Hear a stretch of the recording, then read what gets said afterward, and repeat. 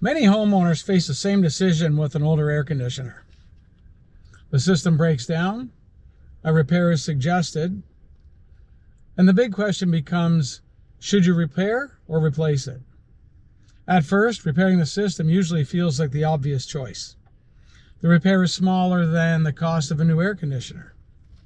And if the system starts working again, it feels like the problem is solved. But over time, something begins to change. Repairs start happening more often. One summer, it might be a capacitor. The next summer, it could be a fan motor. Maybe it's a refrigerant issue. Each repair fixes the immediate problem, but it doesn't make the system newer. The air conditioner is still aging. And eventually, homeowners start asking a different question.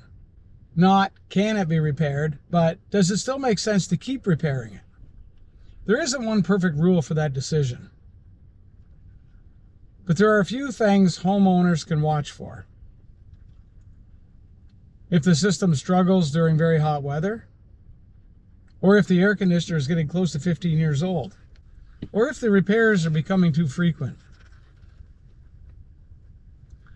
It may be time to start thinking about replacement instead of another repair.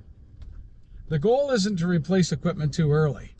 The goal is to avoid reaching a point where the system fails during the hottest week of summer and the decision suddenly becomes urgent.